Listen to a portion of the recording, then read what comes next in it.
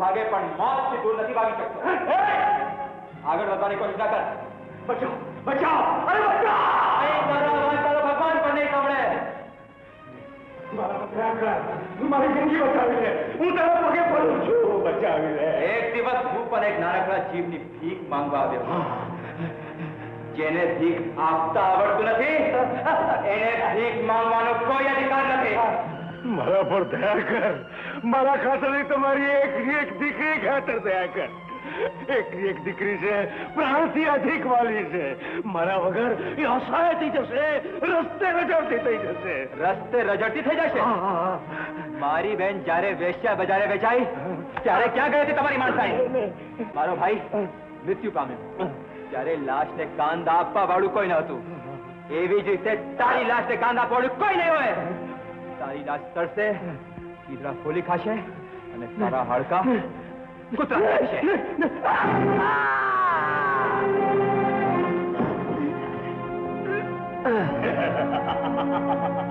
આવ્યો તો મને મારવા માટે, મરે ને કૂતરાને મોતે. લે લે તો જા. અડધો તો મરી ગયો છે, હવે બરફની ઠંડીમાં પૂરો મરી જશે.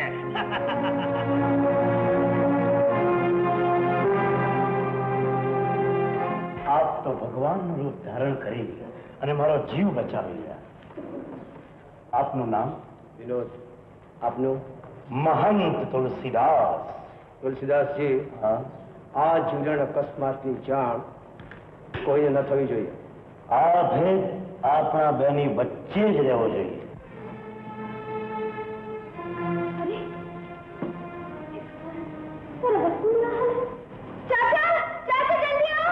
चलो बेटी, सांस चल रही है अभी. बेचारे को बहुत चोट आई है. लगता है पैर फिसलने से गिर गया होगा. बेटी खून बहुत बह रहा है. नदी के उस पार जाने में बहुत देर लगेगी. पासी में मेरा झोपड़ा है, वही ले चलते. અમારો પરિચય એક અકસ્માતે થયો. બાકી એમ લાગ્યા કરે છે કે વર્ષોથી જાણે ઓળખીએ છીએ. તો પછી એ પરિચયને તમે પવિત્ર સંબંધમાં ફેરવી નાખો મહંતજી. તમારી રમા સાથે મારા વિનોદના લગ્ન માટે હું તમારી સામે પ્રસ્તાવ મૂકું છું. માં એક વાત કહી દઉં, મારે લગ્ન કરવાનો હજુ સુધી કોઈ વિચાર નથી. લો બોલો, વિચાર નથી? અરે ઉડીને આંખે વળગે એવી છે મહંતજીની પુત્રી. હા, મેં તો એને પહેલી વાર જોઈ ત્યારથી જ મારી પુત્રવધુ માની લીધી છે. અને હા, એ છે કે મહંતજી સામે કિનારે કૃષ્ણના મંદિરે. હે પ્રભુ, આ પુણ્યશાળી આત્માનું રક્ષણ કર, એનું જતન કર.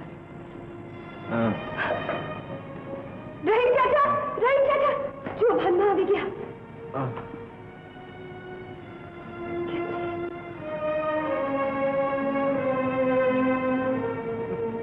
મને હાથ ન લગાડતા.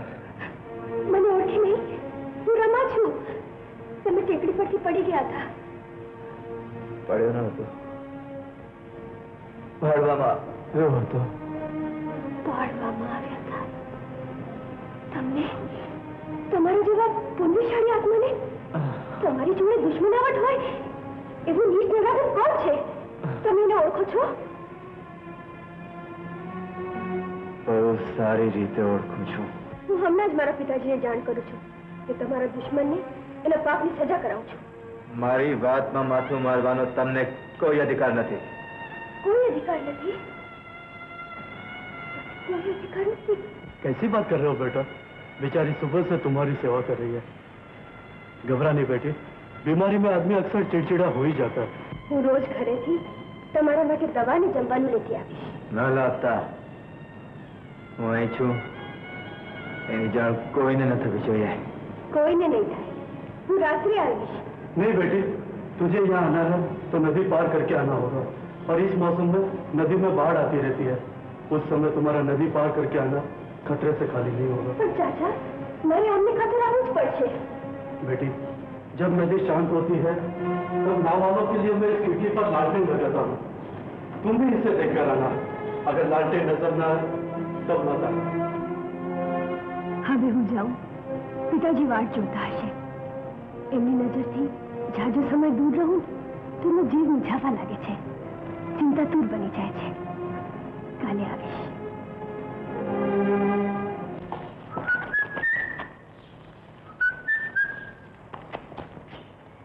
જ્યાં જ્યાં નજર મારી ઠરે ત્યાં ત્યાં નિશાની આપની.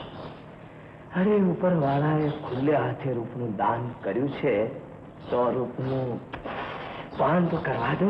છોડ મને. હાય હાય.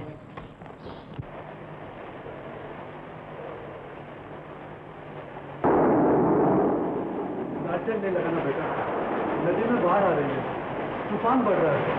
और सुनो, आसमान से फरिश्तों की गहरी आवाज भी सुनाई देती है. कौन फरिश्ते?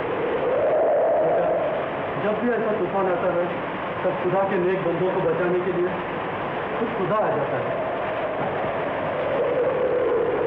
आनंद बचावा.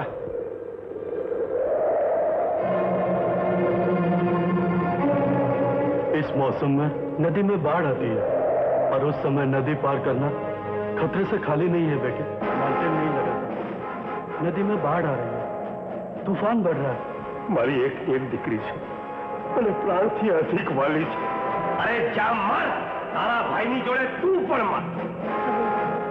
પિતાજી વાટ જોતા હશે. એમની નજરથી છાજો સમય દૂર રહું તો એમનું જીવ મૂંઝાવા લાગે છે. ચિંતાતુર બની જાય છે.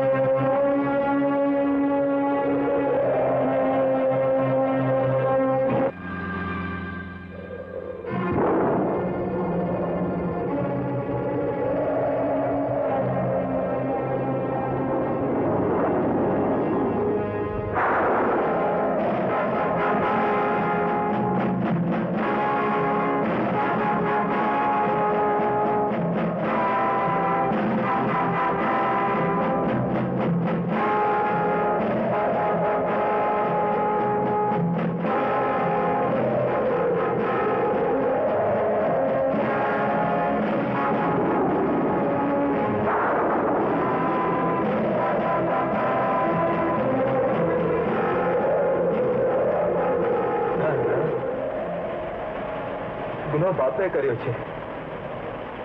દીકરીને શા માટે સજા આપો? શા માટે?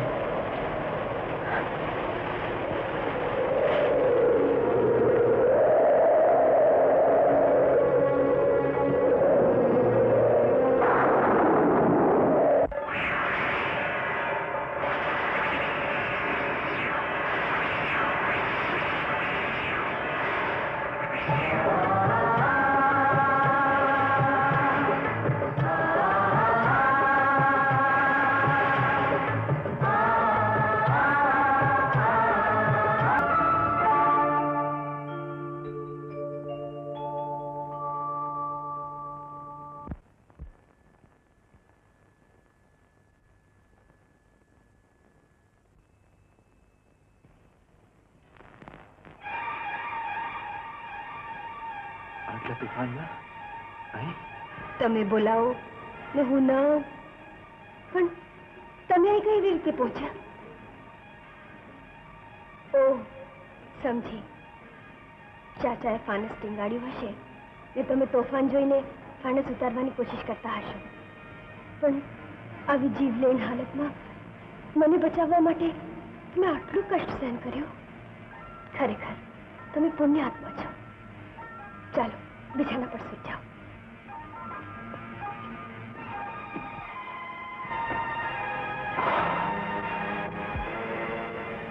અહીં આવવા માટે તમે કુદરત સામે લડવાની કોશિશ શા માટે કરી?